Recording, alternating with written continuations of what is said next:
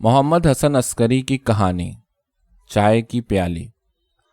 حالانکہ وہ دیکھنا تو یہ چاہتی تھی کہ اس 1 سال کے دوران میں کون کون سی نئی دکانیں کھلی ہیں، کون کون سے پرانے چہرے ابھی تک نظر آتے ہیں۔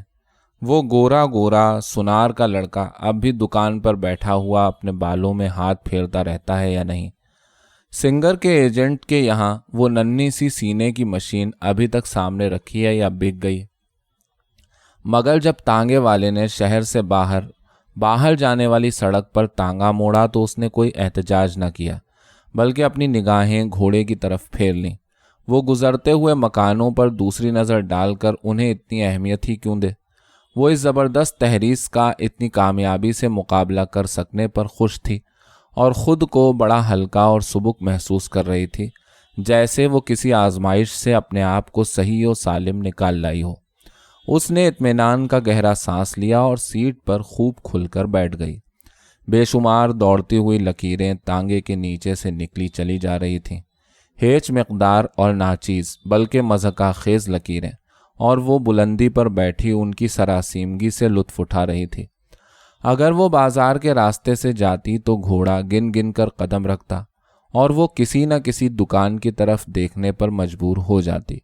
اتنی بات تو ضرور تھی کہ دکاندار اسے دیکھ کر چونک سے پڑتے، ان کی نگاہیں دور تک اس کا پیچھا کرتیں اور وہ سوچتے، اوفو، اب یہ کتنی شاندار ہو گئی ہے، اس کے بال کیسے چمکیلے ہیں اور کپڑے کتنے عمدہ ہیں۔ مگر ان کے دل میں تحیر اور تجسس کبھی نہ پیدا ہوتا اور نہ ان کی آنکھوں کی چمک یہ پوچھتی، کون ہے بھئی یہ؟ کہیں باہر سے آئی معلوم ہوتی ہے۔ اس کے برخلاف ان کا انداز تو سرپرستانہ ہوتا اور ان کے خیالات کچھ اس قسم کے ہوتے، بھائی ہماری اس لڑکی نے تو خوب رنگ روپ نکالا ہے، شاباش شاباش، جیسے اس کے رنگ روپ نکالنے میں ان کی کوششوں کو بھی دخل ہو اور وہ اس سے زیادہ اپنے آپ کو ایسی پرتجمل چیز کے حصول پر مبارکباد دے رہے ہوں۔ ان کی ہلکی زیر لب مسکراہٹ سے معلوم ہوتا کہ وہ یہ پوچھنے والے ہیں، کہو اچھی تو رہیں، بہت دن میں دکھائی دی ہو، یا پھر جیسے انہیں یہ توقع ہو کہ وہ ان کی طرف شناسا نظروں سے دیکھی تو لے گی۔ سڑک کے گڑھے تک یہ پرواہ نہ کرتے کہ اب وہ یہاں کے مشن گرلز اسکول میں نہیں پڑھتی، جس پر دھندلے اردو حرفوں میں لڑکیوں کا مدرسہ لکھا رہتا ہے، بلکہ ایلی نگر کے کرسچین گرلز انسٹیٹیوٹ کی طالب علم ہے۔ اور نہ وہ اس پر خفیف ہوتے کہ وہ جھٹکے دے دے کر اسے ہلائے ڈال رہے ہیں، وہ تو بس زمین پر پڑے پڑے گستاخانہ کہتے رہتے، ارے اب تم سے کیا، وہ تم کوئی غیر تھوڑی ہو، مہینوں تم ادھر سے اسکول آتے جاتے گزرتی رہی ہو، نہ جانے کتنی بار تمہارے ٹھوکریں لگی ہیں اور ایک دفعہ تو شاید تمہارے پیر میں موچ بھی آ گئی تھی۔ بس بالکل اس بسکٹ بنانے والے کی طرح جو اسے دیکھ کر اپنے کالے ہاتھوں اور چہرے سمیت کھڑا ہو جاتا اور کہتا، اوہ یہ تو وہی ہے عیسائی کی، اور دکانوں کے چھجوں اور پردوں کے سائے تو دونوں طرف سے اسے گھیر لیتے، کھسکتے رینگتے گھسٹتے اس کے پیچھے چلے آتے، اس کے قدموں سے لپٹے جاتے، اس کے جسم سے کہیں نہ کہیں چپک جانے کی کوشش کرتے، بے کسی کے لہجے میں بھنچے ہوئے گلے سے کہتے جیسے دم توڑ رہے ہوں، بس ایک لمحہ ٹھہر جاؤ، بس ایک نظر اپنے پرانے سایوں کی طرف، اور ان کی یہ عاجزی اور منت سماجت بیکار نہ جاتی۔ اس کے ڈھیلا پڑتے ہی وہ اس کے دل میں گھس آتے اور سینے میں ٹانگیں پھیلا کے سو جاتے، یہاں تک کہ اس کا سر ڈھلک جاتا، سانس ہلکا مگر بھاری پتھر ہو جاتا اور اس پر کسل مندی طاری ہو جاتی، جس میں بے چینی بھی شامل ہوتی۔ لیکن تانگے والے کی صرف ایک اضطراری حرکت نے اسے ان تمام پسیجی ہوئی چپچپاتی الجھنوں اور جھنجھٹوں سے بچا لیا۔ اب وہ کتنی آزاد اور ہلکی پھلکی تھی، اس کی شخصیت پگھل کر دوسری چیزوں میں نہیں ملی جا رہی تھی، وہ اپنا آپ تھی، صرف اور محض مس ڈالی رابنسن، بغیر کسی جمع تفریق کے، گلابی فراک، سفید دوپٹہ اور اونچی ایڑی کا کالا جوتا پہنے ہوئے، سفید چکنی پنڈلیاں تانگے پر مضبوطی سے جمی ہوئی، کوہنی تکیے پر سنہرے بندے دونوں طرف جھول جھول کر چمکتے ہوئے، احتیاط سے بنے ہوئے کالے بال اور پاؤڈر کی خوشبو۔ اگر کوئی اسے ڈالی کہہ کر پکارتا تو وہ تانگے پر پیر مار کر کہتی،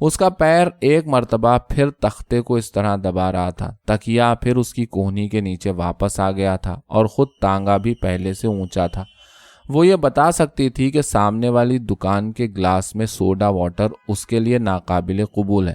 وہ اس علم سے بھی لطف اندوز ہو سکتی تھی کہ نائی کے لڑکے جو اسے کنکھیوں سے دیکھ رہے تھے اور زور زور سے بولنے لگے تھے، اس کی آنکھوں اور رخساروں کو پھڑکا سکتے تھے، اس کے ہونٹوں کو مائل بتبسم کر سکتے تھے، مگر اس کا کچھ بگاڑ نہیں سکتے، اتنا بھی نہیں جتنا سینما کے پردے پر نظر آنے والی ایکٹریس کا، کیونکہ وہاں تو وہ 2 آنے دے کر کم سے کم ایکٹریس کے گالوں کے گڑھے پر سسکیاں بھرنے کا حق خرید لیتے ہیں، مگر مس رابنسن اپنے جادو کے اڑن کھٹولے میں ان کے خیالوں تک کی پہنچ سے باہر تھی۔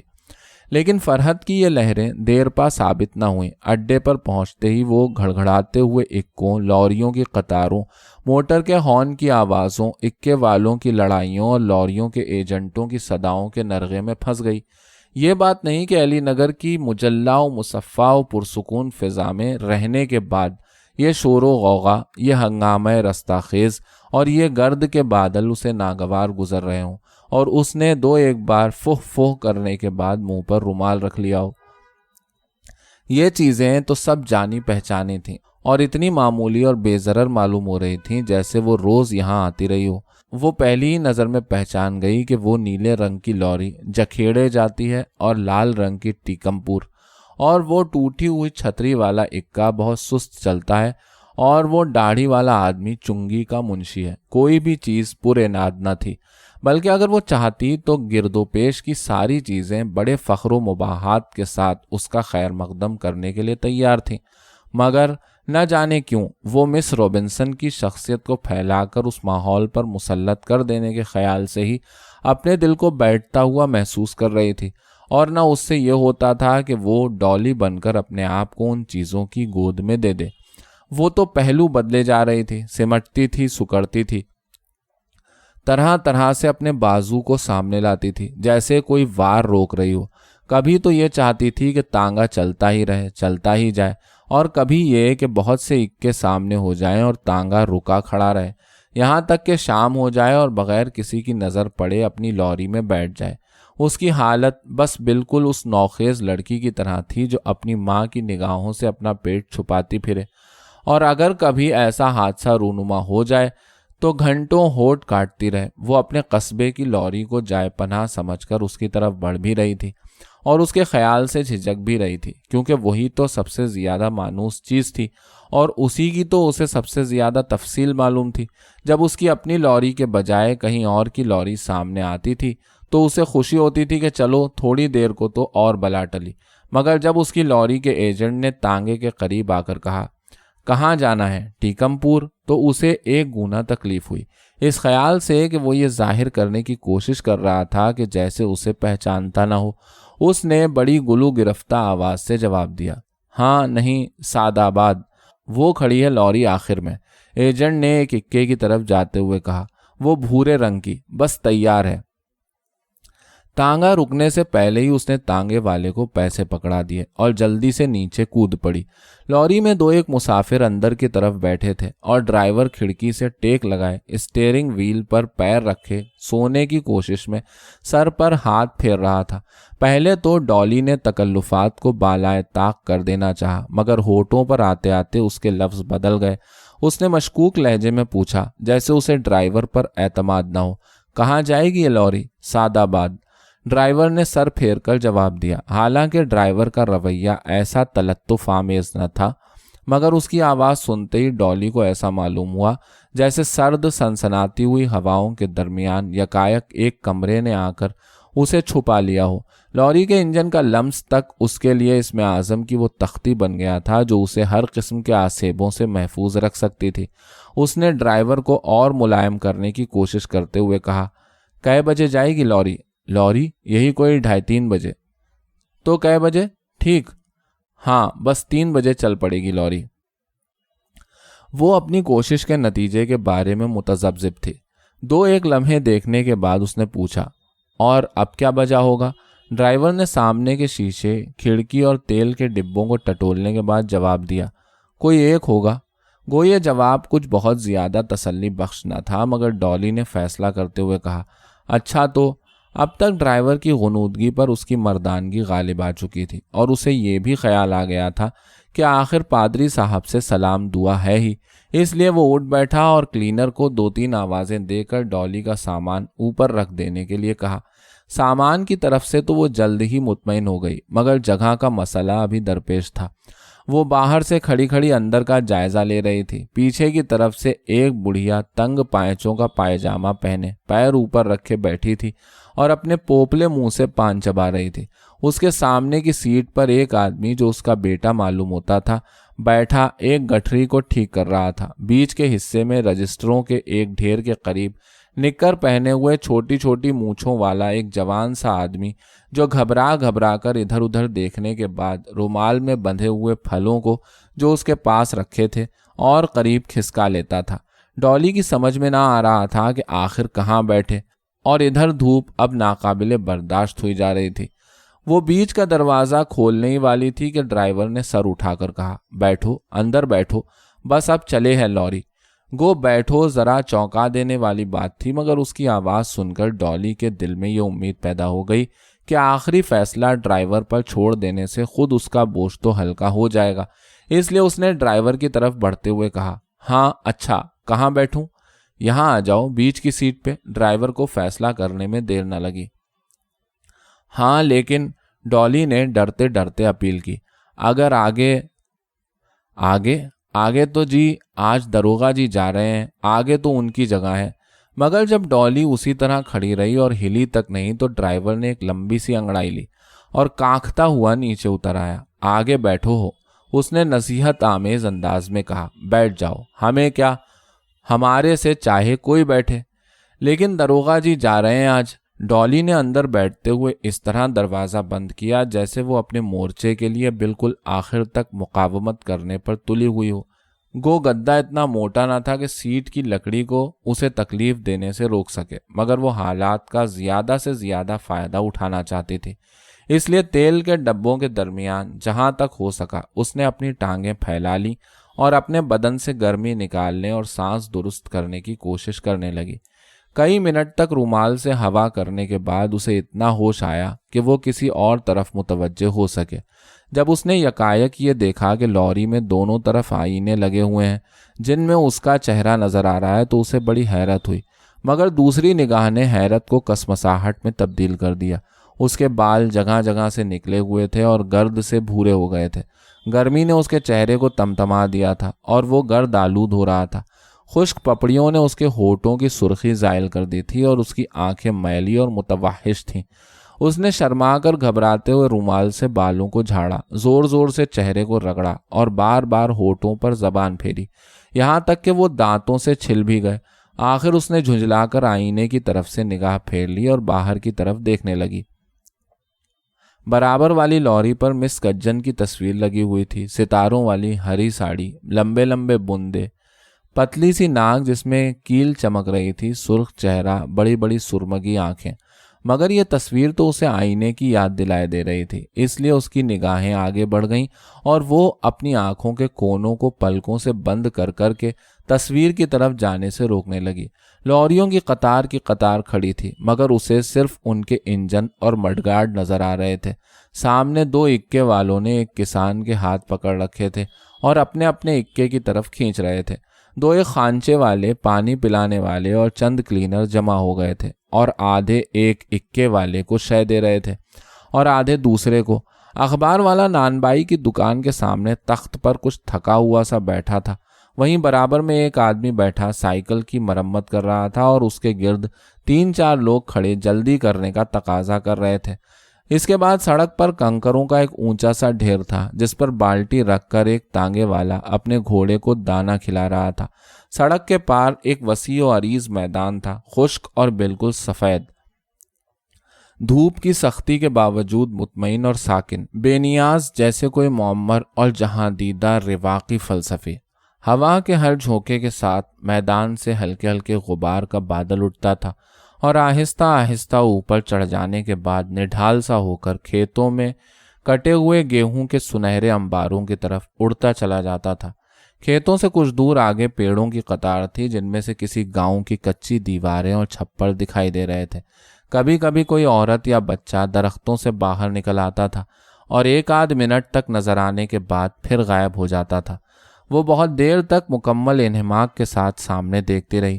اس نے محسوس کیا تھا کہ اس کا جسم ایک نورانی اور لطیف مادے کی شکل میں تبدیل ہو کر تفکرانہ انداز میں اس میدان کی وسعتوں پر چھا گیا ہے جس کے دونوں کنارے ہوا سے اڑتی ہوئی چادر کی طرح اوپر اٹھے ہوئے ہیں۔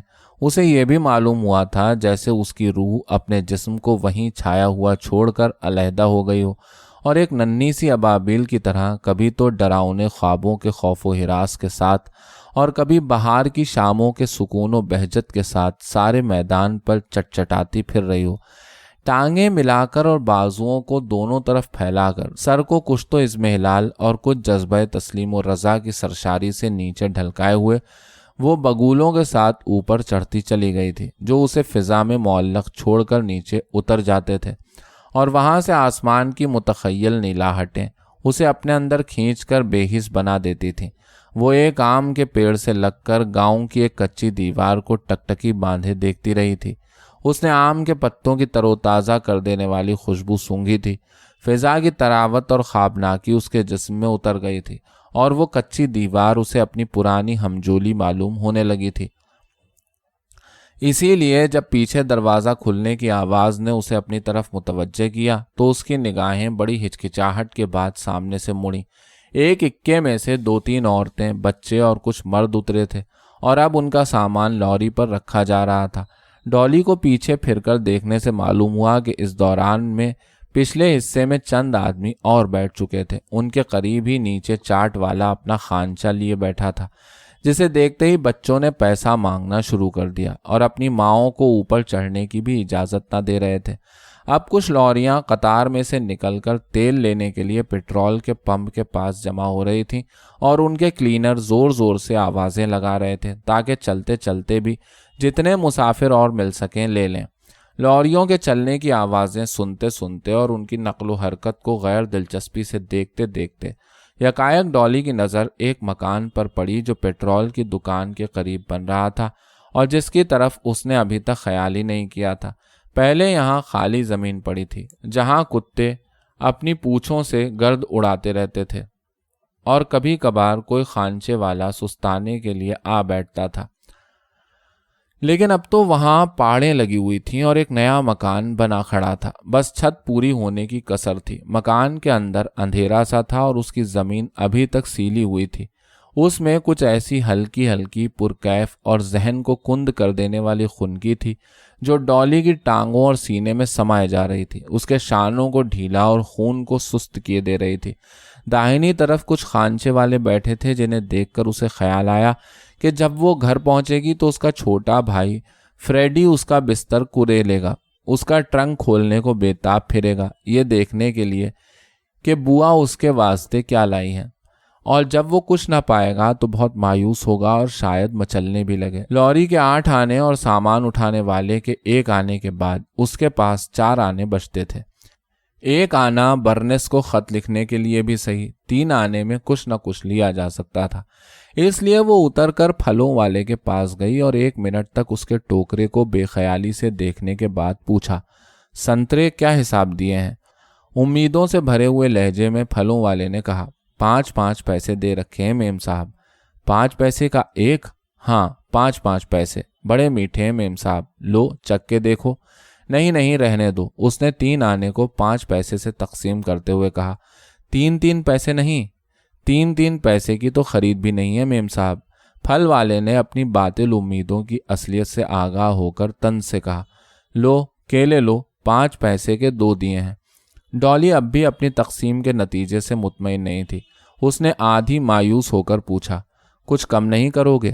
کم؟ اجی تمہیں نہیں لینا دینا، لاؤ کیلا، میں چلوں۔ اور پھر پھل والے نے ایک گزرتے ہوئے کسان کو پکار کر کہا، لو چودھری چوس لو، رسیلے ہو رہے ہیں رسیلے۔ یکایک اس کے حلق میں ڈانٹ سی اڑ گئی اور سانس لینے کی کوشش میں کنپٹیوں کی رگیں ابھر آئیں۔ اس کے شانے خود بخود کام کرنے والے مدافعتی آلات کی طرح نیچے جھک گئے اور بازو سخت ہو کر سینے پر آ گئے۔ اسے یہ معلوم ہونے لگا کہ جیسے وہ جگہ جہاں وہ کھڑی تھی دفتن بلند ہو گئی ہے اور ساری دنیا کی نظریں اس کی طرف اٹھ گئی ہیں۔ اس کا گلا صاف ہوتے ہی پیر اپنے آپ ہی بسکٹ والے کی طرف مڑ گئے اور اس نے 3 آنے پھینکتے ہوئے کہا، بسکٹ بسکٹ۔ یہ محض ایک لفظ بسکٹ والے کے لیے کسی قدر مبہم تھا۔ اس نے پوچھا، 1 آنے درجن والے کہ 3 پیسے درجن والے؟ کوئی سے؟ ڈالی نے ہاتھ بڑھاتے ہوئے جواب دیا۔ اس نے بغیر کچھ کہے سنے 3 بنڈل ہاتھ میں پکڑ لیے اور تیز قدم اٹھاتی ہوئی اپنی جگہ پر واپس چلی آئی، مگر بیٹھنے کے بعد تو اس کا دل اس تیزی سے دھڑ دھڑ کرنے لگا جیسے اب نکل کے بھاگنے والا ہو۔ ہر کھٹکے کے ساتھ تھوڑا سا نیچے کھسکتا معلوم ہوتا تھا۔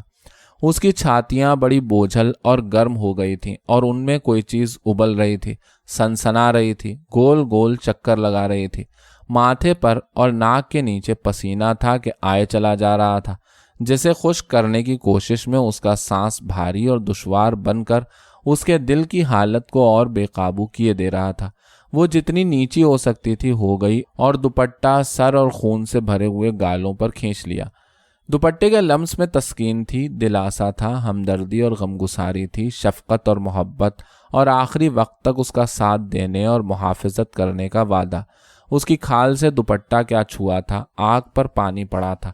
اس کا جسمانی اضطراب آہستہ آہستہ مدھم پڑتا گیا اور چند ہی منٹ میں اس کے خون اور سانس کی رفتار بالکل متوازن ہو گئی، مگر وہ ایسی گرانی اور تھکاوٹ محسوس کر رہی تھی جیسے 1 دن کے بخار کے بعد۔ تھوڑی ہی دیر بے حرکت رہنے سے سیٹ کا تختہ اس کے چبھنا شروع ہو گیا۔ 2-1 جمائیاں لینے سے بھی اس کی تسکین نہ ہوئی۔ اس کا جی چاہ رہا تھا کہ لمبی سی انگڑائی لے یا ٹانگوں کو خوب تان کر پھیلا دے۔ لوری کے فرش کی مخالفت کے باوجود مگر لوری کے لوہے سے زور آزمانا اس کی ٹانگوں کے مان کا نہ تھا، اور انگڑائی لینے میں یہ خدشہ تھا کہ اس کا دوپٹہ پھسل جاتا اور بازو اونچے اٹھتے جہاں سب کی نظریں ان پر پڑتی۔ جب پہلو بدلنے سے کام نہ چلا تو اس نے ڈرائیور کو پکار کر بلایا اور وقت پوچھا۔ اب چلے ہے؟ ڈرائیور نے کہا۔ گھبراؤ کیوں ہو؟ مگر ویسے بجا کیا ہے؟ 2:15 بج رہے ہیں۔ ابھی پورا پون گھنٹہ باقی تھا اور یہاں بیٹھے بیٹھے اس کی رانیں پتھر ہوئی جا رہی تھیں۔ پہلے تو وہ مارے کوفت کے اپنی سیٹ کی پشت پر ڈھلک گئی، مگر اسے جلدی اندازہ ہو گیا کہ لوری والوں کے قاعدے کرم کے قانون سے کسی طرح کم اٹل نہیں ہے۔ اس نے کسی المیہ کی ہیروئن کی سی شان کے ساتھ اپنے آپ کو تن بتقدیر چھوڑ دیا اور بسکٹوں کے بنڈلوں سے کھیل کھیل کر اپنا دل بہلانے لگی۔ اس نے سوچا کہ وہ بسکٹوں کو بیٹھک میں چھپا دے گی اور پھر اندر جائے گی۔ فریڈی اسے دیکھتے ہی ڈولی بوا چیختا دوڑے گا اور آ کر اس کی ٹانگوں سے لپٹ جائے گا۔ وہ پوچھے گا، ڈولی بوا کیا لائی ہو؟ دکھاؤ۔ انگریزی مٹھائی لائی ہو؟ تم کہہ گئی تھی۔ جب اسے سارے سامان کی تلاشی لے چکنے کے بعد بھی کچھ نہ ملے گا تو وہ ٹھنٹھنانے لگے گا۔ وہ اسے چھیڑ چھیڑ کر ہنستی رہے گی، یہاں تک کہ جب وہ بالکل ہی رو دے گا تو وہ چپکے سے ایک بنڈل چھپا کر لائے گی اور کہے گی، اچھا آنکھیں بند کرو، دیکھو ہم تمہیں ایک چیز دیں۔ فریڈی یقین نہیں کرے گا اور بڑی دیر کی بحث کے بعد آنکھیں بند کرے گا۔ وہ اس کے ہاتھوں میں بسکٹوں کا بنڈل دے دے گی، جسے دیکھ کر فریڈی کا چہرہ مسکرا پڑے گا اور وہ اسے گود میں اٹھا کر خوب پیار کرے گی۔ جب فریڈی بسکٹ کھانے لگے گا تو وہ اس کے ہاتھ سے بسکٹ چھین لے گی اور کہے گی، ہم جب دیں گے بسکٹ جب تم ہمیں پیار کرو گے۔ فریڈی اپنے چھوٹے چھوٹے ہونٹ اس کے گال سے لگا دے گا جیسے کوئی اوس سے بھیگا ہوا گلاب رکھ دیا ہو۔ اس کے جسم میں رس اترتا چلا جائے گا اور وہ فریڈی کی ٹانگوں کو اپنے پیٹ پر بھینچ لے گی۔ اس کے گال پر فریڈی کا تھوک لگ جائے گا، مگر وہ اسے صاف نہیں کرے گی بلکہ یوں ہی رہنے دے گی۔ اس طرح یہ تینوں بنڈل کم سے کم 1 ہفتے تو چلیں گے۔ گو اس نے جلدی میں 3 آنے پھینک دیے تھے، مگر خیر ٹھیک ہے، اب وہ برنس کو لفافے کے بجائے کارڈ بھیج دے گی۔ چلتے ہوئے برنس نے بڑا پکا وعدہ لیا تھا خط لکھنے کا۔ چونکہ وہ وعدہ کرائی تھی اس لیے چھٹیوں بھر اسے خط بھیجتی رہے گی۔ لفافہ نہ صحیح تو کارڈ تو ضرور، مگر کارڈ پر لکھا ہی کتنا جائے گا۔ بہرحال وہ کوشش کرے گی کہ لفافہ بھیجے۔ کبھی کبھی وہ فریڈی کا پیسہ چھپا لیا کرے گی۔ مشن کے اشتہاروں کی ردی بیچ کر بھی کچھ پیسے جمع ہو سکتے ہیں، اور جب پاپا تنخواہ لایا کریں گے تو وہ 1-2 آنے لے لیا کرے گی۔ اسی طرح جب ماما چماریوں کو بائبل سنا کر ناج لایا کریں گی تو کسی کسی دن وہ ان سے ناج لے لیا کرے گی، اور پاپا کے پاس پڑھنے والے لڑکوں میں سے کسی کو بازار بھیج کر اس کے پیسے منگوا لیا کرے گی۔ وہ کم سے کم 15 دن میں ایک دفعہ تو ضرور خط بھیجے گی۔ کل رات وہ اور برنس دونوں 1:30 بجے تک ایک چارپائی پر لیٹی باتیں کرتی رہی تھیں، یہاں تک کہ ان کے پیر اور آنکھوں کے پپوٹے ٹھنڈک محسوس کرنے لگے تھے۔ وہ دونوں ایک دوسرے کی باہوں میں باہیں ڈالے ہوئے تھیں اور باتوں کے جوش میں بعض اوقات ان کے سینے مل جاتے تھے۔ ان کے تھوک نگلنے کی آواز بار بار ہوا میں گونجتی تھی۔ دونوں کے بازو جل رہے تھے، مگر اس کا مشن کتنا راحت بخش تھا۔ اس کا جی چاہتا تھا کہ بازو بس یوں ہی ملے رہیں، مگر بغیر کسی خاص سبب کے اسے کچھ ایسا محسوس ہوتا تھا جیسے وہ کوئی خفیہ کام کر رہی ہے اور ڈر ہے یہ لوگ کہیں دیکھ نہ لیں، اور پھر اس راحت کے احساس کی شدت بھی اس کے لیے ناقابل برداشت تھی، اس لیے اسے بار بار باہیں الگ کرنی پڑتی تھیں۔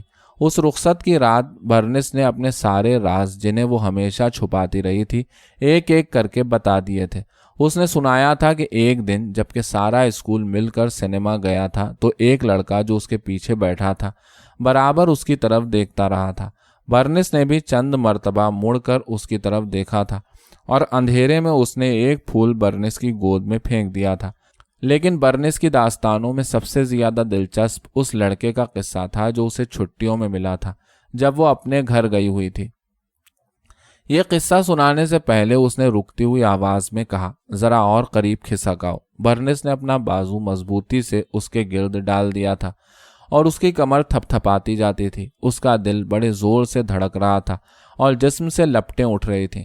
لڑکے کا نام اس نے دیوی داس بتایا تھا، جو اس کے بھائی کے ساتھ پڑھتا تھا اور بڑا گورا اور خوبصورت تھا اور ریشمی سوٹ پہن کر آیا کرتا تھا۔ دیوی داس کی خوش مزاجی نے اس کی مدافعت پر جلد قابو پا لیا تھا۔ جب اس کا بھائی ادھر ادھر ہوتا تو وہ اسے گود میں بٹھا لیتا تھا اور خوب بھینج بھینج کر پیار کرتا تھا، اور وہ برنس نے اپنی تھوڑی سے سینے کی طرف اشارہ کر کے لفظ چباتے ہوئے کہا، یہاں ہاتھ رکھے رہتا تھا۔ قصہ سناتے سناتے برنس نے رک کر تکیے سے سر اٹھا لیا تھا اور چند لمحے اس کی طرف دیکھتے رہنے اور آنکھیں جھپکانے کے بعد ملتجیانہ لہجے میں کہا تھا، ڈالی، ہم پیار کر لیں تمہیں؟ اور اس کی خاموشی کو رضامندی پر محمول کرتے ہوئے اس نے اپنے گرم ہونٹ ایک طویل بوسے کے لیے اس کے گالوں پر رکھ دیے تھے۔ اس کے بوسے کے نیچے ڈالی کو ایسا اطمینان، بے فکری اور محظوظ ہونے کا احساس حاصل ہوا تھا جیسے چھوٹے سے کنگارو کو اپنی ماں کی تھیلی میں بیٹھ کر۔ قصے کے دوران میں اس نے اپنی ٹانگیں اکڑا اکڑا کر یہ احساس پیدا کرنے کی کوشش کی تھی کہ وہ برنس کی ٹانگوں سے دور رہیں، مگر اس کا سینہ ہر سانس کے ساتھ خود بخود آگے کھسکتا چلا جاتا تھا۔ اس کے روکنے کے باوجود اپنی اپنی چارپائیوں پر لیٹنے کے بعد بھی وہ کتنی دیر تک جاگتی رہی تھی اور بار بار چادروں سے منہ اور ہاتھ نکال کر ایک دوسرے کی طرف دیکھ لیتی تھی۔ چلنے سے پہلے وہ دونوں ساتھ ساتھ پھرتی رہی تھی۔ اگر ان میں ذرا سا بھی فاصلہ ہو جاتا تھا تو ایسی کھینچن محسوس ہوتی تھی جیسے ان کے بدن جڑے ہوئے ہوں۔ برنس کی آواز میں کیسی نرمی اور حسرت اور حلق میں گھٹے ہوئے آنسوؤں کی نمی تھی۔ برنس کی جدائی کی وجہ سے وہ آج بہت دیر تک اداس رہی تھی، خصوصاً ریل میں۔ وہ کھڑکی پر کوہنی رکھے باہر دیکھتی رہی تھی۔ کھیت، جھاڑیاں، تار کے کھمبے، درخت قریب آنے کے بعد ناچتے ہوئے گھوم کر افق کی طرف نکلے چلے جاتے تھے، گویا وہ اسے ذرا سا بھی دلاسا دینے کو تیار نہیں ہے۔ انہیں دیکھتے دیکھتے اس کے سینے اور گلے میں ایک ہیجان سا پیدا ہو گیا تھا۔ بار بار اس کے سینے کے بیچوں بیچ کوئی چیز ٹھہری ہوئی معلوم ہوتی تھی جو اندر اترتی چلی جاتی تھی۔ اس کا جی چاہا تھا کہ سر کھڑکی پر رکھ دے اور نزا میں پھڑپھڑاتے ہوئے پرندے کی طرح اپنا سینہ دیوار کے ٹھنڈے ٹھنڈے تختے سے لگا دے اور ساری دنیا سے غافل ہو جائے۔ جب وہ لال لال پل آیا تھا تو اسے ذرا ڈھارس بندھی تھی کہ اس نظارے سے اس کی افسردگی دور ہو جائے گی، مگر ان دیوں کی سی سرخ ٹانگوں سے جو اسے دریا کے نیلے نیلے چمکتے ہوئے پانی کو اچھی طرح دیکھنے نہ دیتی تھی، اور اس دھڑ دھڑ اور گھڑڑ گھڑڑ سے وہ اتنی بیزار ہوئی تھی کہ اگر پل جلدی نہ ختم ہو جاتا تو مارے وحشت کے رو دیتی۔ اسے کچھ پتا نہیں رہا تھا کہ باقی لڑکیاں کیا کر رہی ہیں۔ ہاں، کبھی کبھی جولیا کی بیٹھی ہوئی آواز یا گریس کی چیخیں، جسے شاید لڑکیاں ہمیشہ کی طرح تنگ کر رہی تھیں، یا آئرن کا بلند قہقہا ایک لمحے کے لیے اس کے وجود کے پگھلاؤ کو روک لیتا تھا۔ برنس تو اب تک اپنے گھر بھی پہنچ گئی ہوگی۔ وہ اپنے بھائی بہنوں سے باتوں میں مشغول ہوگی جو اس کے گرد جمع ہو رہے ہوں گے۔ برنس دھوپ سے سفید پلیٹ فارم پر اتری ہوگی اور اس کے ہرے جوتوں کی ایڑیاں پتھروں پر کھٹ کھٹ بولی ہوں گی۔ اس نے قلیوں کو پکار کر اپنا سامان اتارنے کے لیے کہا ہوگا، اسٹیشن آنے سے پہلے ہی۔ برنس کی گاڑی اسٹیشن کے قریب آ ہی رہی تھی کہ ڈرائیور نے بھڑ سے دروازہ کھول کر ڈالی کی توجہ اپنی طرف منتف کر لی، لیکن کہیں سر اور ہاتھ ہلانے جلانے کے بعد جا کر وہ سمجھ سکی کہ حالات کا رخ کیا ہے۔ لوری پوری بھر چکی تھی اور اب ڈرائیور گاڑی چلانے کے لیے ہینڈل نکال رہا تھا۔ پیچھے سے آوازیں آئیں، لو بھائی چلی تو کسی طرح، کچھ معلوم بھی ہے؟ ڈرائیور نے کلینر کو ہینڈل دیتے ہوئے کہا۔ پورے 10 منٹ پہلے چھوڑ رہا ہوں۔ لوری کا انجن بھربھرانے لگا۔ ننھے ننھے چکر اس کے پیروں میں داخل ہوئے اور گول گھومتے ہلکی ہلکی چھلانگیں مارتے اوپر چڑھتے چلے گئے اور پنڈلیوں، رانوں، پیٹ، چھاتیوں، بغلوں، بازوؤں، کانوں اور انگلیوں کے پوروں میں پھیل گئے۔ اس نے اپنے پیر سامنے کی لوہے کی چادر پر رکھ دیے تاکہ اس کے پیر اور جھنجھنانے لگیں، مگر ایک دفعہ چکروں کا ایک ایسا زبردست ریلا آیا کہ وہ دھکا پیل میں آگے نہ بڑھ سکا، بلکہ پیٹ کے نچلے حصے میں اٹک کر ادھم مچانے لگا، یہاں تک کہ ڈالی نے بجلی کی صورت سے پیر کھینچ لیے اور اپنے دونوں گھٹنے خوب کس کر ملائے۔ لوری اسے ہلکے ہلکے جھکولے دیتی آگے بڑھی، مگر وہ ابھی رینگ رینگ کر ہی چل رہی تھی کہ پیٹرول کے پمپ کے پاس پھر رک گئی۔ کیوں بھیا؟ کسی نے پچھلے حصے سے پکارا۔ کیا اور بٹھاوے ہیں؟ یہاں پہلے ہی گھٹے جا رہے ہیں، مرے یار۔ مگر ڈرائیور نے اسے ناقابل اعتنا سمجھتے ہوئے دروازہ کھولا اور اتر کر پمپ والے سے 2 گیلن تیل بھر دینے کے لیے کہا۔ پمپ کے اجلے صاف شیشے میں نقرئی سیال اٹھلا اٹھلا کر اور ٹھمک ٹھمک کر اوپر چڑھنے لگا۔ سب سے زیادہ جو چیز ڈالی کو پسند آئی وہ چھوٹے چھوٹے بلبلے تھے جو ابلتے ہوئے شفاف تیل میں شریر پریوں کی طرح دوڑتے پھر رہے تھے۔ پیٹرول کی بو کے باوجود اس نے سر نہیں پھیرا تھا اور تیل کو چڑھتے اترتے دیکھتی رہی تھی، جس سے اس کی طبیعت شگفتہ ہو گئی تھی اور اس کی ہنسلی کی ہڈیوں میں سرسراہٹ سی ہونے لگی تھی جو اسے مسکرانے پر مجبور کر رہی تھی۔ لوری گزرتے ہوئے اکوں کو گرد کے بادلوں میں چھپاتی پھر روانہ ہوئی۔ ڈرائیور گاڑی کو ٹھیک رفتار پر لا رہا تھا۔ جیسے ہی اس کا ہاتھ کلچ پر پہنچتا تھا، ڈالی سانس کو حلقی میں روک کر کسی گمنام اور مبہم توقع کے ساتھ اپنے سینے کو، جو اس وقت انتظار، ارتعاش، کیف اور درد کی ملی جلی کیفیتوں کی شدت سے ایک کھنچاؤ اور اینٹھن محسوس کر رہا تھا، ہوا پر جس کی ہستی اسے ٹھوس اور مرئی معلوم ہو رہی تھی آگے جھکا دیتی تھی، ایسی خود سپردگی اور یقین کے ساتھ جیسے کسی دیوی کے سامنے اپنے آپ کو بھیٹ چڑھا رہی ہو۔ اور جب کلچ کی چیخ ختم ہوتی تھی تو گویا وہ ایک گولی کی شکل اختیار کر کے اس کی ران میں گھس آتی تھی، جسے وہ زور لگا کر وہیں کے وہیں روک لیتی تھی اور آگے نہ بڑھنے دیتی تھی، اور ساتھ ہی اپنی پنڈلیوں کے پٹھوں کو ایسی سختی سے اکڑاتی تھی جیسے ان کے ڈھیلے پڑتے ہی اس کی زندگی بھی گل کر بہہ جائے گی۔ سعدآباد کی سڑک پر موڑنے کے بعد لوری کی رفتار کینڈے پر آ گئی اور اب ڈالی کے اعصاب کو کلچ کے زیر و بم کے ساتھ ہم آہنگ رہنے کی ضرورت باقی نہ رہی۔ ادھر سے ادھر کھسک کھسک کر اس نے گدے کا ایک حصہ دریافت کر لیا جو نسبتاً نرم تھا اور جہاں سے اس کی ٹانگیں پہلے سے زیادہ پھیل سکتی تھیں۔ دروازے کی طرف کا حصہ مدور تھا، ایسا گول کہ اس کی کمر اس میں بالکل ٹھیک آتی تھی۔ اس نے اپنے جسم کو اس حلقے کی آغوش میں گرا دیا اور کھڑکی کو مضبوطی سے تھام لیا، جیسے اسے وہاں سے علیحدہ کر دیے جانے کا خوف ہو۔ اگر لوگ دیکھ نہ رہے ہوتے تو شاید وہ اپنا گال بھی دیوار سے لگا دیتی۔ ہوا گرم تھی اور لوری کا دروازہ باہر سے جل رہا تھا، مگر اس کے باوجود اس کا اضمحلال کوسوں دور چلا گیا تھا۔ اپنے اعضاء کو آرام دینے کی خواہش ہی بجائے خود ایک منفرد اور مستقل کیف بن گئی تھی، جس سے ہر بند پورے شعور اور ادراک کے ساتھ لطف اندوز ہو رہا تھا۔ ہر چیزوں میں اسے روشنی، تازگی، دلچسپی، ندرت اور گرمیوں کی صبح کا سا تبسم نظر آ رہا تھا، جیسے کسی عجیب و غریب سرزمین میں ایک سیاح کو۔ اس آرام کے لمحے میں وہ اپنی آنکھوں کو دور دور دوڑانا نہیں چاہتی تھی، بلکہ اپنی توجہ کو صرف سڑک کے کناروں تک محدود کیے ہوئے تھی، اور جب سڑک پر پہلا پتھر تک ایک فوری جادو کے زیر اثر دل فریب بن گیا ہو تو پھر کسی اور عجوبے کی تلاش میں آنکھوں کو سرگرداں کرنے سے کیا فائدہ۔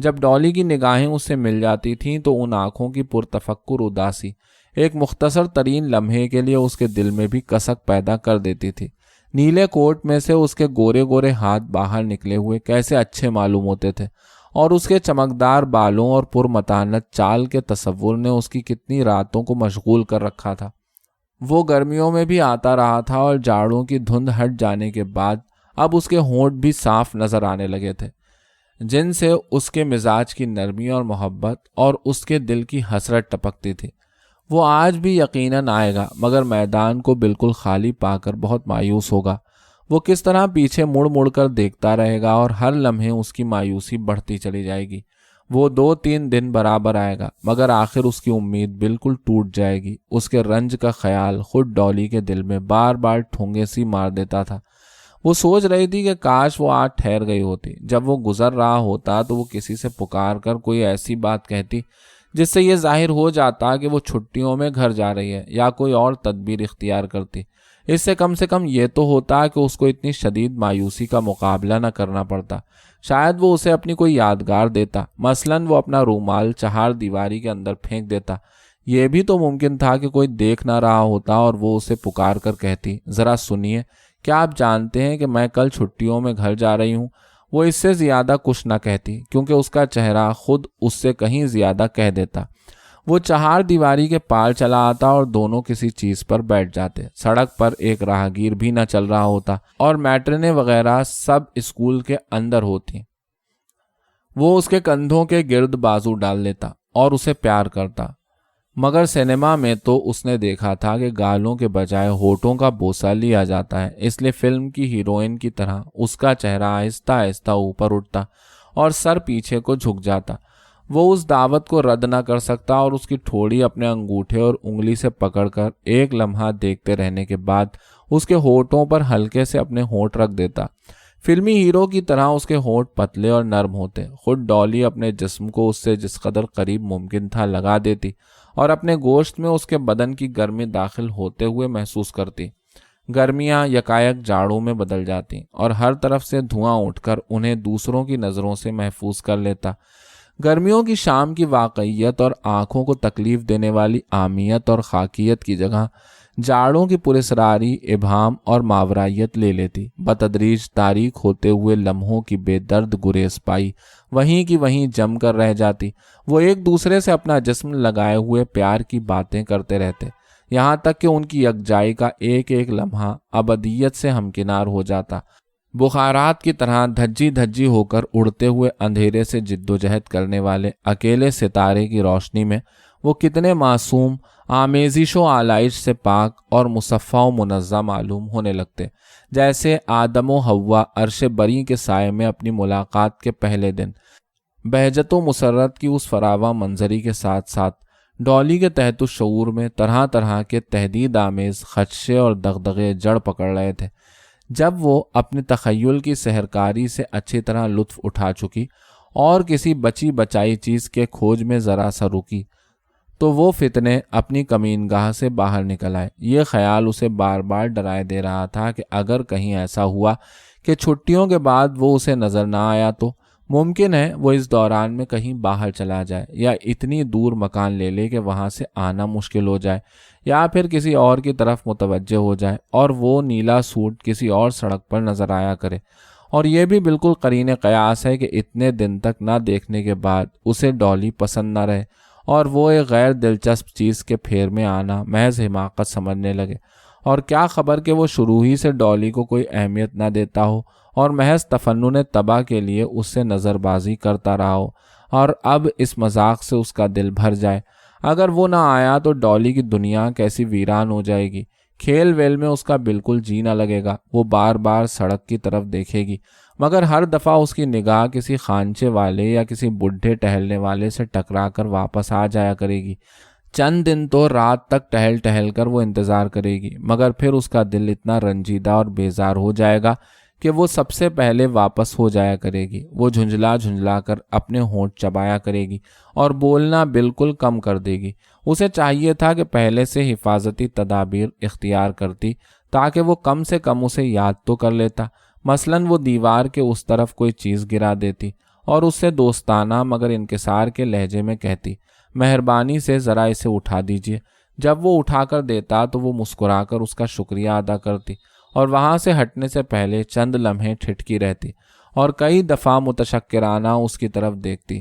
تب تو یقین تھا کہ وہ اس کے دل میں جگہ پا لیتی اور وہ چھٹیوں کے بعد بھی آنا نہ چھوڑتا، یا پھر کسی دن ہمت کر کے اور ساری دنیا سے مخالفت پر کمر باندھ کر وہ اسے روک لیتی اور پوچھتی، کیا آپ کو میں اچھی نہیں لگتی؟ کیا آپ کو میرا رنگ پسند نہیں یا میری شکل میں کوئی خرابی ہے؟ آخر آپ اتنے الگ تھلگ اور بے پرواہ سے کیوں نکلے چلے جاتے ہیں؟ میں تو آپ کے خیال میں راتوں کو کتنی دیر تک جاگتی رہتی ہوں، یہاں تک کہ میرا سر مارے درد کے پھٹنے لگتا ہے۔ کلاس میں بیٹھے بیٹھے بھی میں آپ کے بارے میں سوچنے لگی ہوں اور ٹیچر نے جو کچھ کہا اس کا ایک لفظ بھی نہیں سن سکی ہوں۔ وہ خاموشی سے سنتا رہتا اور آخر میں کہتا، مگر کون جانے کہ وہ کیا کہتا۔ یا پھر کسی دن ایسا ہوتا کہ دونوں سامنے بیٹھے ہوتے اور وہ اسے شرماتے ہوئے کہتی، آئیے لو لائک ہیٹ کھیلیں۔ میں سلیٹ کے ایک طرف کسی کا نام لکھ دوں گی اور آپ کو دکھاؤں گی نہیں، آپ دوسری طرف لو یا لائک یا ہیٹ لکھ دیجئے۔ وہ پہلے اوروں کے نام لکھتی جن کے مقابلے میں وہ کبھی تو ہیٹ لکھ دیتا اور کبھی لائک، اور جب وہ اسے نام دکھاتی تو وہ دونوں خوب قہقہے لگاتے اور آخر میں وہ اپنا نام لکھتی اور بے چینی سے اس کے لکھنے کا انتظار کرنے لگتی۔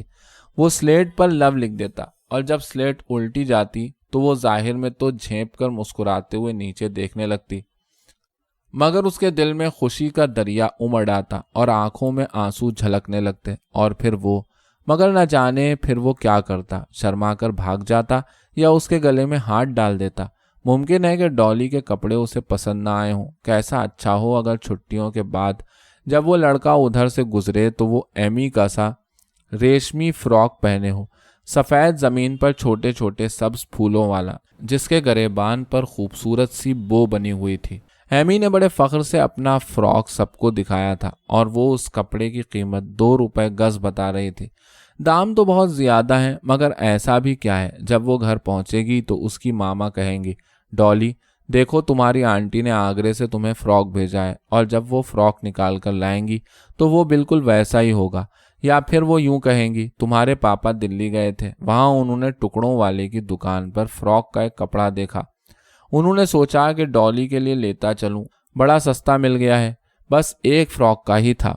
وہ ماما سے جگہ پوچھ کر بھاگی بھاگی جائے گی اور کپڑا نکال کر دیکھے گی تو وہی سبز پھولوں والا ہوگا۔ وہ اپنے فراک کو بہترین وضع کا ترشوائے گی اور گریبان پر سیپ کے نیلے بٹن ٹکوائے گی۔ جب وہ اسے پہنے گی تو کیسی اچھی معلوم ہوگی۔ وہ اس دن دوپٹہ بالکل نہ اوڑھے گی۔ اول تو دوپٹے سے ساری خوبصورتی چھپ جاتی ہے، دوسرے دوپٹہ کیا ہوتا ہے، عذاب جان ہوتا ہے، ہر وقت سنبھالتے رہو، ہاتھ ادھر ادھر ہلاؤ تو پھنس جائے۔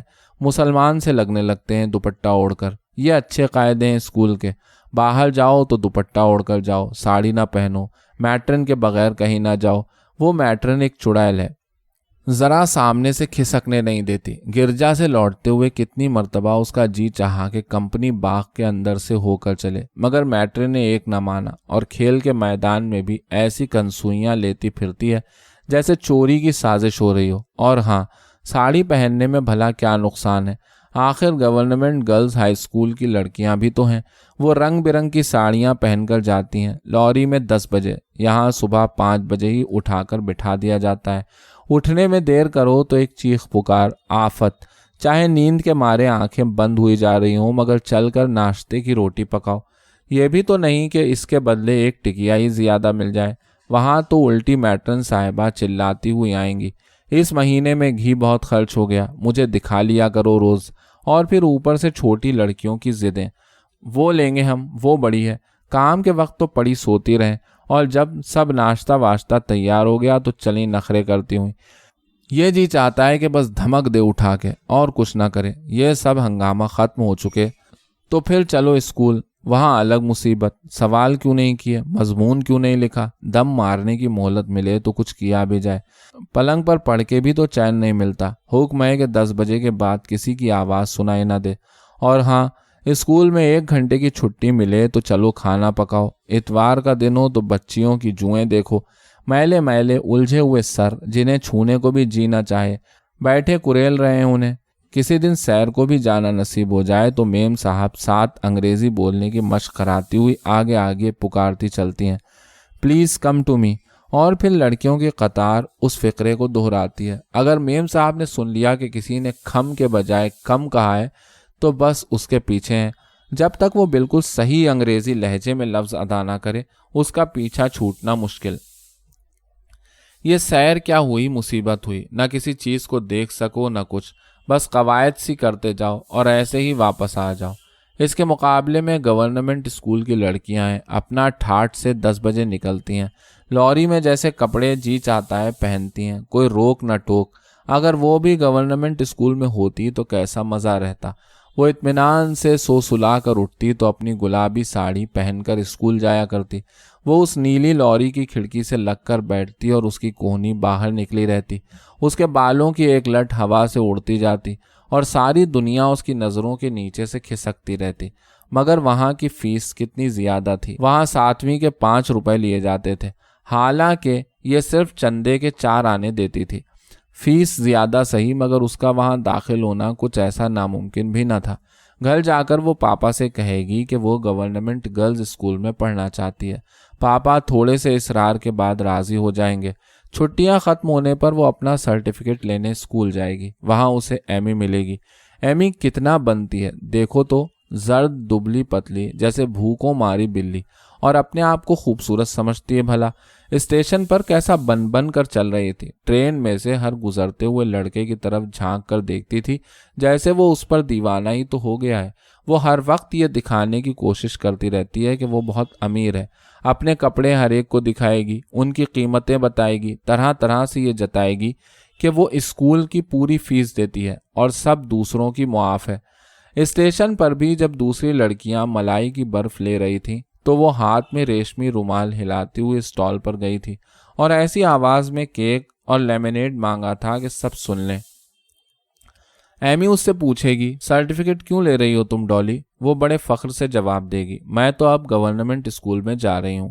ایمی اس کی طرف رشک سے دیکھتی رہ جائے گی اور وہ وہاں سے کندھے اور سر اٹھائے چلی آئے گی اور پیچھے مڑ کر بھی نہ دیکھے گی۔ پھر وہ روز 10 بجے نیلی لوری میں گورنمنٹ گرلز ہائی اسکول جایا کرے گی اور لڑکیوں کے ساتھ ہنستی بولتی، روز طرح طرح کی ساڑیاں پہن کر۔ کپڑوں کا خیال آتے ہی اسے یاد آیا کہ دراصل وہ سبز پھولوں والے فراک کے بارے میں سوچ رہی تھی، اس لیے ارادہ کر لیا کہ جب وہ پہل فراک پہنے گی تو اس دن نہا کر اچھی طرح بال بنائے گی، ان میں گلاب کا پھول لگائے گی، چہرے پر سیل کھڑی جو اس کے ہاں بطور پاؤڈر کے استعمال ہوتی تھی ملے گی اور جوتے کو پالش سے خوب چمکا لے گی۔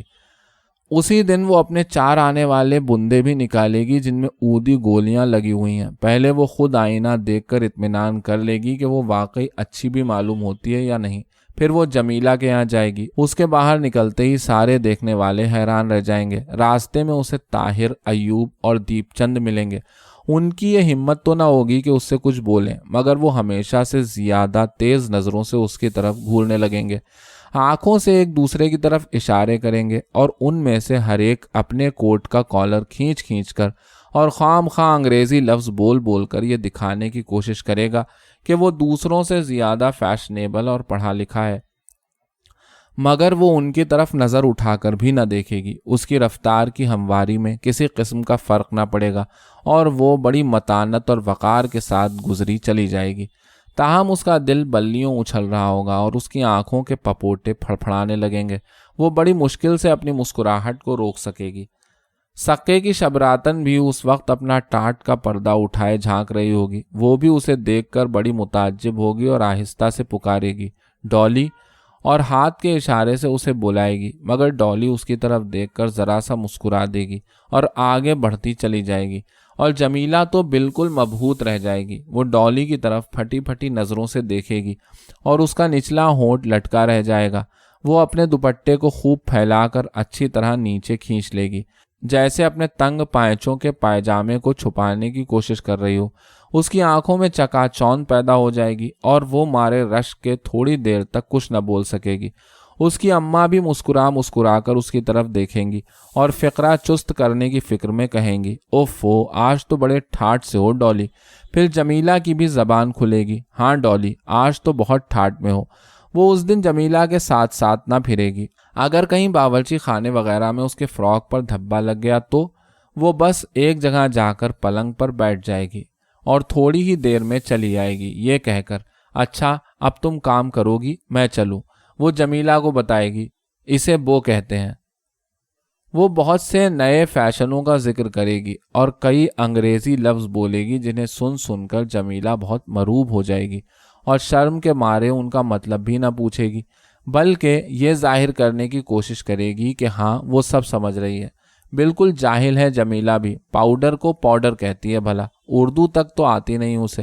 اور یہ لوگ بنتے ہیں بہت وہ کہ ہم لوگ بہت بڑے زمیندار ہیں، کپڑے تو ذرا صاف نہیں رکھ سکتی، بس صبح پہنے اور شام کو میلے۔ اس کے کپڑے کتنے گندے رہتے ہیں اور ان میں سے پسینے کی بو آتی رہتی ہے۔ بالوں کو تو بالکل جھاڑ رکھتی ہے، کبھی یہ بھی تو نہیں کرتی کہ ذرا بیٹھ کر ان میں کنگھی ہی کر لے۔ شاید عید کے دن کچھ اچھے کپڑے پہنتی ہو۔ اب کی عید کو اس کا جی چاہا تھا کہ ذرا جا کر دیکھے کہ جمیلہ نے کیسے کپڑے پہنے ہیں، مگر وہ اس خیال سے رک گئی کہ کہیں اسے ندیدہ نہ سمجھا جائے۔ اس کے یہاں جمیلہ کے گھر سے سوئیاں آئی تھیں اور اگلے دن جب وہ گئی تھی تو جمیلہ نے کہا تھا تم کل نہ آئی، ہم تو تمہارا انتظار کرتے رہے، آتی تو ہم تمہاری دعوت کرتے۔ جمیلہ کو یہ بھی نہیں معلوم کہ ایسے کسی کے گھر بن بلائے نہیں جایا کرتے۔ وہ اب کے کرسمس پر ضرور جمیلہ کی دعوت کرے گی اور انگریزی میں رقعہ لکھے گی جسے ترجمے کی کتاب میں سے نقل کیا جا سکتا ہے۔ رقعہ دیکھ کر جمیلہ کچھ نہ سمجھ سکے گی اور پوچھے گی کیا ہے یہ، تب وہ اسے مطلب سمجھائے گی، لیکن جمیلہ کہیں باہر تو نکلتی نہیں تو کیا ہے، وہ خود جمیلہ کے ابا سے کہے گی کہ وہ اسے جانے دیں، اس کے کہنے سے وہ اسے اجازت دے دیں گے۔ پھر جمیلہ آئے گی رات کو برقعے میں لپٹی لپٹائی سمٹتی ہوئی، وہ اسے کرسی پر بٹھائے گی۔ جمیلہ کو میز پر بیٹھ کر کھانا عجب معلوم ہوگا اور وہ کچھ سٹپٹا سی جائے گی۔ جب جمیلہ پلاؤ کو ہاتھ سے کھانا شروع کرے گی تو وہ جلدی سے اس کی طرف چمچہ بڑھائے گی، لو لو چمچے سے کھاؤ۔ جمیلہ بڑی شرمندہ ہوگی اور ادھر ادھر دیکھنے لگے گی۔ وہ جمیلہ کو فلموں کے قصے، اسکول کے کھیلوں کا حال اور میم صاحب کی باتیں سنائے گی جو اسے پریوں کے ملک کی داستانیں معلوم ہوں گی جہاں کی سیر کا وہ خیال تک نہیں کر سکتی۔ خصوصاً یہ سن کر اسے بڑی حیرت ہوگی کہ فلم دکھانے سے پہلے سینما میں اندھیرا کر دیا جاتا ہے۔ میز پر کیک دیکھ کر جمیلہ دل میں تعجب کر رہی ہوگی کہ یہ کیا چیز ہے۔ آخر وہ خود ہی جمیلہ کی طرف کیک بڑھاتے ہوئے کہے گی لو کیک لو، یہ کیک ہے، انگریزی ہوتا ہے یہ، اسے انڈوں سے بناتے ہیں۔ وہ یہ بھی پوچھ لے گی تم نے چاکلیٹ کھائی ہے جمیلہ؟ انگریزی مٹھائی ہوتی ہے وہ، اتنی بڑی بڑی تختیاں سی ہوتی ہیں، بڑی مزیدار ہوتی ہے، ہمیں تو میم صاحب بانٹا کرتی ہیں۔ وہ اسے یہ بھی سنائے گی کہ ریل میں لڑکیاں کتنا ہنستی ہیں، گاتی ہیں، مذاق کرتی ہیں اور کیسا کیسا لطف رہتا ہے۔ جمیلہ للچا للچا کر رہ جائے گی اور کچھ کھسیانی سی ہنسی ہنسنے لگے گی۔ وہ جمیلہ کو یہ بات بتائے یا نہ بتائے کہ اسٹیشن پر ایک لڑکا ایک مٹھی ریت آ کر اس کے چہرے پر اس بری طرح گرا کہ اس کی آنکھیں اور منہ کرکرانے لگے۔ ہوا بہت تیز ہو گئی تھی اور درخت دیوانہ وار ہل رہے تھے، آسمان گرد سے بالکل اٹ گیا تھا اور خالی کھیتوں میں دور دور تک بگولوں نے اٹھنے اور پھر گرنے کا سلسلہ باندھ رکھا تھا، گویا انہوں نے ایک دوسرے سے شرط بد رکھی تھی۔ برمے کی طرح چکر بناتے ہوئے اوپر چڑھنے کے باوجود ان کے ناچ کو کسی قدر دلچسپی سے دیکھا جا سکتا تھا، مگر نیچے گرنے میں ان کی سستی، ٹھہراؤ، نیم رضامندی اور ہچکچاہٹ ناقابل برداشت تھی۔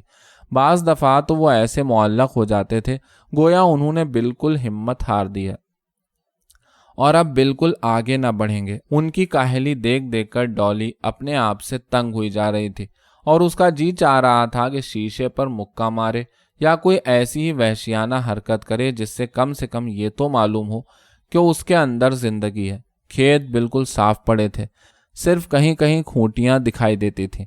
بعض جگہ خالی کھیتوں کے پار تھوڑی سی گردآلود ہریالی بھی زمین کے قریب قریب بچھی ہوئی نظر آتی تھی۔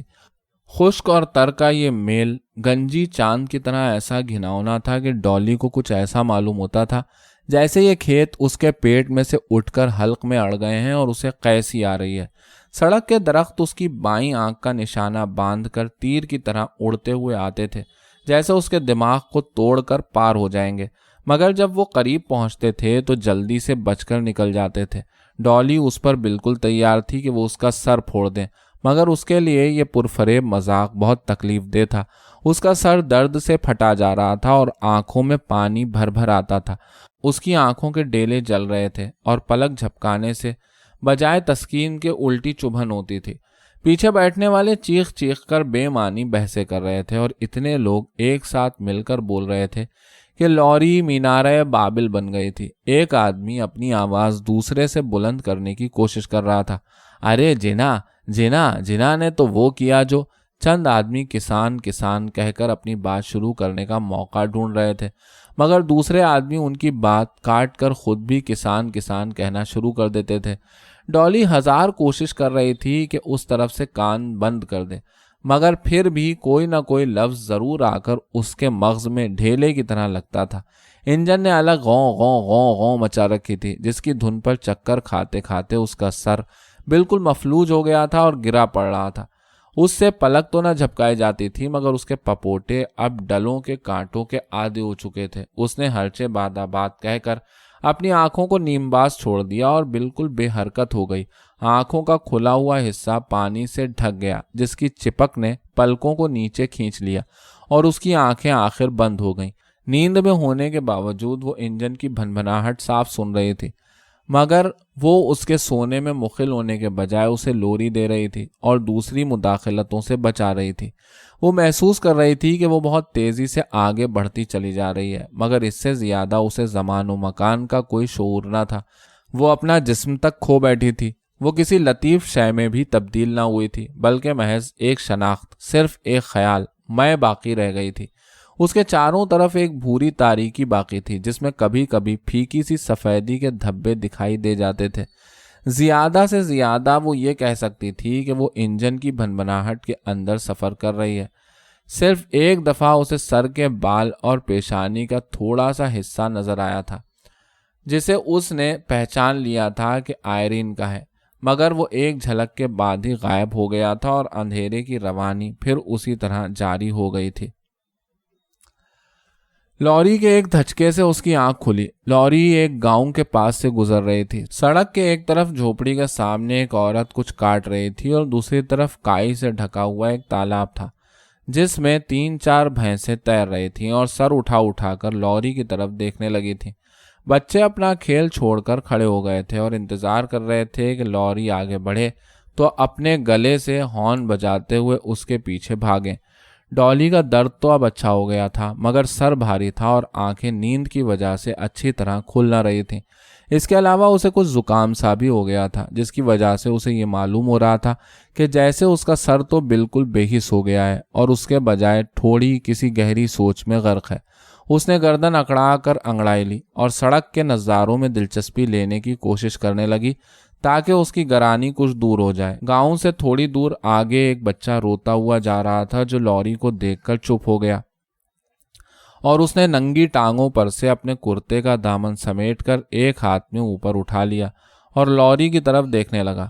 ایک بیل گاڑی میں ایک عورت بیٹھی تھی، جس نے اپنا زرد دوپٹہ دانتوں میں دبا رکھا تھا اور جس کی ناک میں سونے کی کیل چمک رہی تھی، مگر ڈالی کو اس کے پیلے پیلے دانت پسند نہ آئے اور وہ لوری کے لیمپوں کی طرف دیکھنے لگی۔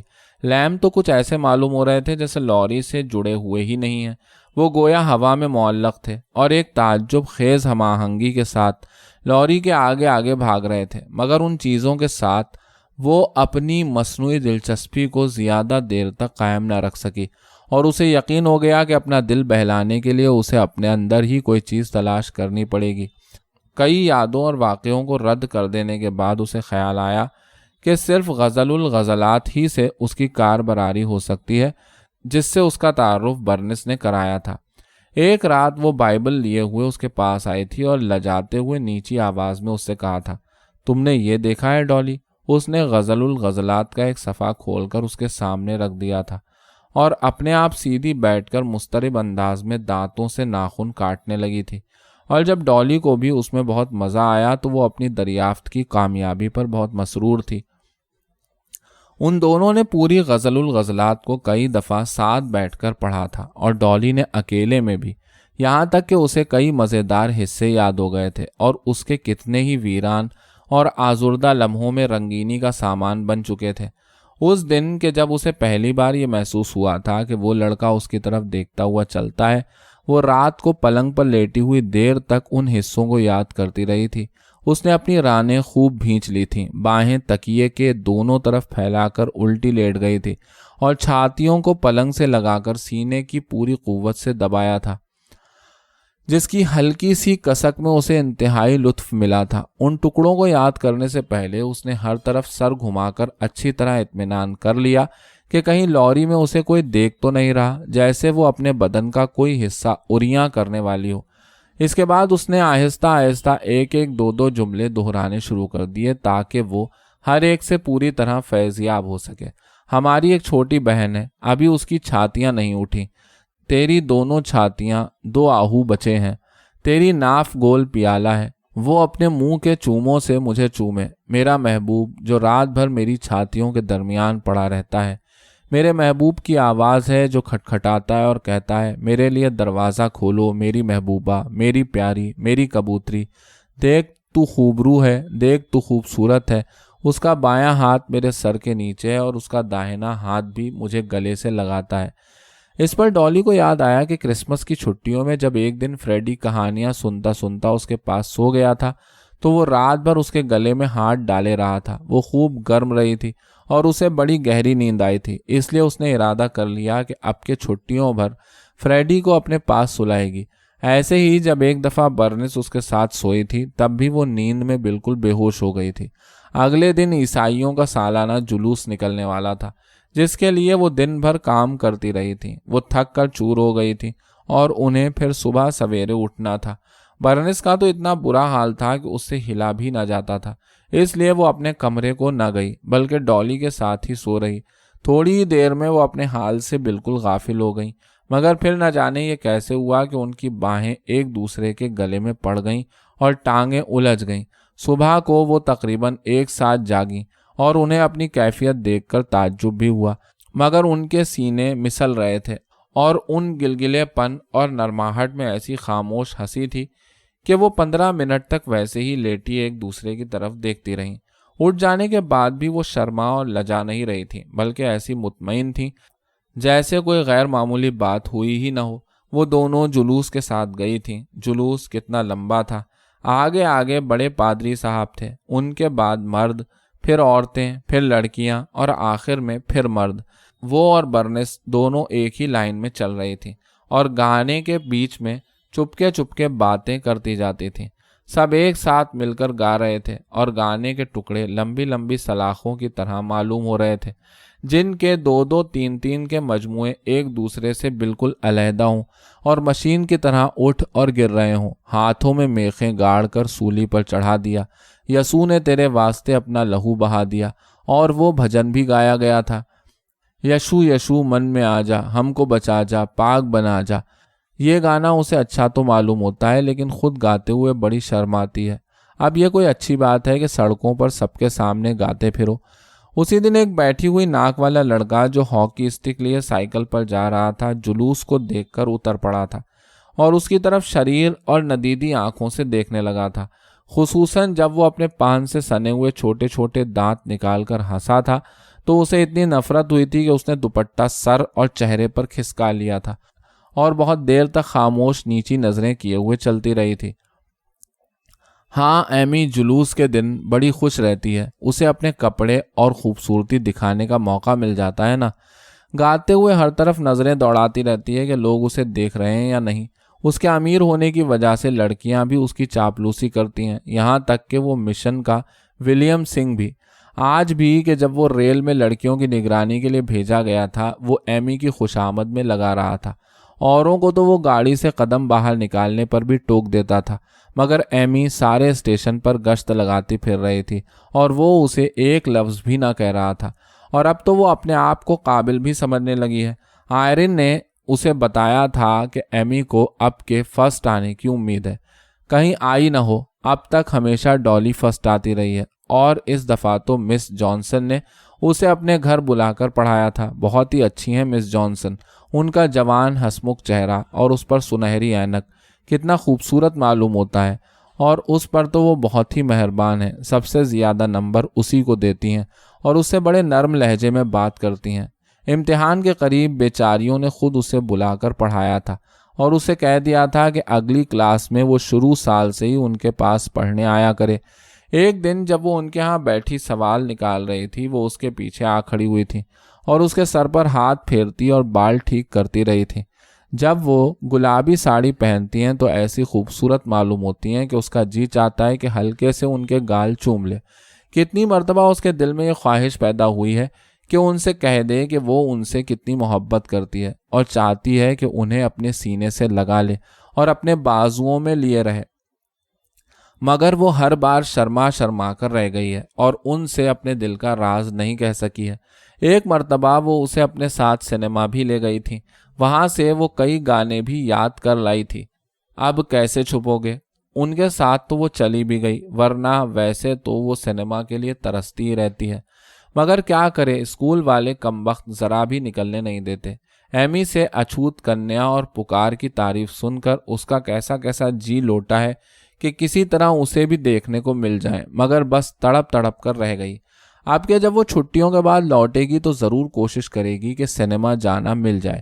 وہ مس جانسن ہی سے کہے گی کہ وہ سنیما دیکھنا چاہتی ہے، یا یوں بھی ہو سکتا ہے کہ کسی دن کلاس میں بیٹھی وہ پڑھ رہی ہو اور یکایک اس کے خالہ زاد بھائی جوزف سامنے آ کھڑے ہوں۔ وہ نیلا سوٹ پہنے ہوئے ہوں گے اور ان کے سنہری اینک لگی ہوگی۔ لڑکیاں بھونچکا ہو کر ان کی طرف دیکھیں گی اور یہ بوجھنے کی کوشش کریں گی کہ وہ کس سے ملنے آئے ہیں۔ جب وہ اسے بلائیں گے تو سب لڑکیاں اسے رشک کی نگاہوں سے دیکھیں گی اور پھر پڑھنے سے ان کا دل اچاٹ ہو جائے گا۔ جب تک وہ کھڑے رہیں گے وہ کنکھیوں سے باہر دیکھتی رہیں گی۔ وہ اس سے کہیں گے، ڈالی میں ابھی ابھی آ رہا ہوں، آج کل یہاں اچھوت کنیا ہو رہا ہے، ہمارے ساتھ چلو شام کو سنیما۔ وہ خوشی خوشی تیار ہو جائے گی اور شام کو اپنی گلابی ساڑی پہن کر ان کے ساتھ سنیما جائے گی۔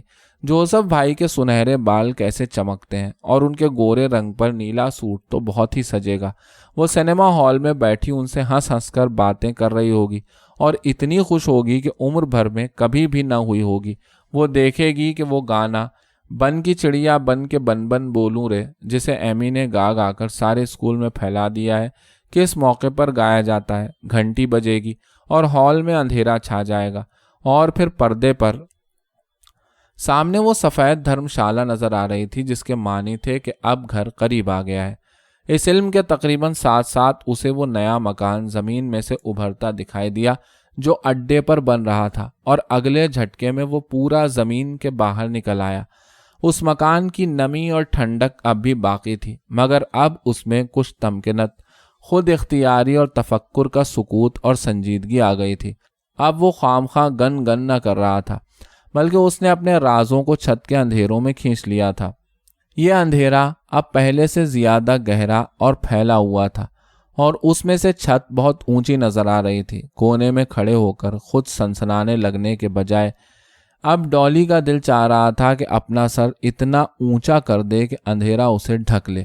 ڈالی نے اپنا اوپر کا جسم اٹھا کر لوری کے باہر پھینک دیا، جو شیشے میں سے سورج کی کرن کی طرح آسانی سے نکل گیا اور ڈالی کی طرف منہ کر کے ہوا میں کھڑا ہو گیا۔ وہ گویا نصف مجسمہ تھا، حالانکہ اس کے رنگ میں سنگ مرمر کی سی روشنی نہ تھی، بلکہ اس کے رنگ زندگی کے رنگ تھے۔ یہ مجسمہ بالکل اوریاں تھا۔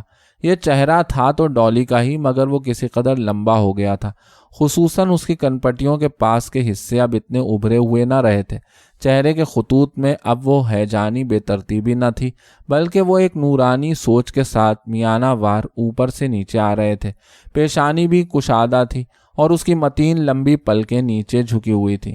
اس کی آنکھیں بھرے بھرے صاف شفاف سینے پر سے پھسلتی ہوئی انتہائی سکون کے ساتھ دو سڈول شانوں کے درمیان چھاتیوں کو دیکھ رہی تھیں، جو بے داغ نرم گلابی رنگ کی، موزوں، متناسب، بے جھجک اور مطمئن تھیں۔ وہ آرزوؤں اور تمناؤں کی گدگدی سے پرجوش نہ تھیں، بلکہ ان سب سے اونچی ہو کر محض اپنی خوش کلامی اور سیرابی کے احساس ہی سے لطف اندوز ہو رہی تھیں۔ اس مجسمے کے انداز میں آرام، قرار، جمالیاتی غور و فکر، اس سے منتج سرشاری اور عبودیت تھی، گویا وہ اس حقیقت کے بارے میں سوچ رہا ہو کہ پختگی ہی سب کچھ ہے۔ اب اور زیادہ نشانیاں آنی شروع ہو گئی تھیں جو اسے بتا رہی تھیں کہ گھر نزدیک تر آتا جا رہا ہے۔ اس تھوڑے سے وقت کو گزارنے کے لیے وہ یہ اندازہ لگانے لگی کہ اس کے یہاں کیا ہو رہا ہوگا۔ شاید ماما گیبلڈن کا سایہ پہنے جھاڑو دے رہی ہوں، شاید پاپا بزاز سے لکڑیاں لے کر آئے ہوں اور ماما ان پر بگڑ رہی ہوں۔ ممکن ہے کہ وہ بھیگی ہوئی آواز میں آنٹی کی خوش نصیبی کا تذکرہ کر رہی ہوں اور اس کے مقابلے میں اپنی، مگر ڈالی کو یہ گوارا نہ تھا کہ ان چند باقی ماندہ لمحوں کو جو بہتر طریقے سے بھی گزارے جا سکتے تھے خیال کی اس روش سے مقدر کر لے۔ چنانچہ اس نے نئی ریل چڑھائی۔ فریڈی اپنا نیلا نکر اور ہری قمیص پہنے گیند سے کھیلتا پھر رہا ہوگا۔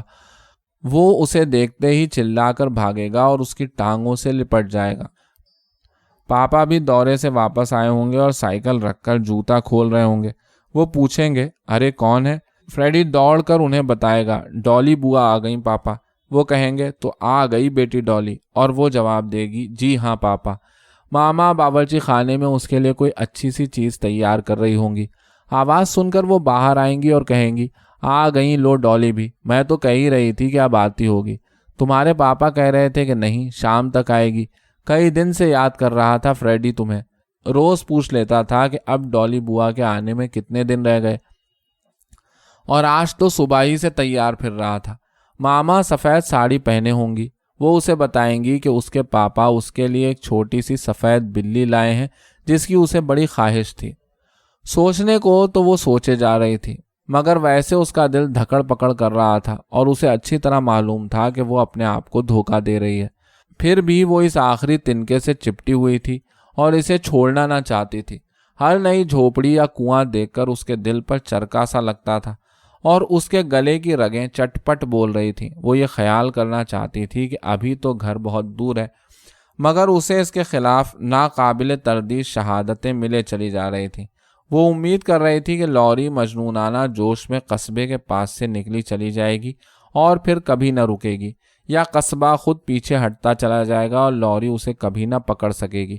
مگر یہ علم اس کی جان نکالے لے رہا تھا کہ لوری کا چلنا تقدیر کی طرح اٹل اور ناگزیر ہے۔ وہ ہر قسم کے نتائج سے بے نیاز، رکاوٹوں کو توڑتی، کنکروں کو کچلتی بھاگی چلی جائے گی، جیسے کوئی خودسر دیو، اور اسے قصبے کے اڈے پر کھڑا کرے گی جس کے سامنے وہی گڑھوں والی کنکر کی سڑک بچھی ہے جو اس کے گھر کی طرف جاتی ہے۔ لوری اپنی بھنبھناہٹ پر خود ہی مست ہو کر تیز رفتاری سے چلی جا رہی تھی اور اسے ڈالی کے جذبات کی مطلق پرواہ نہ تھی۔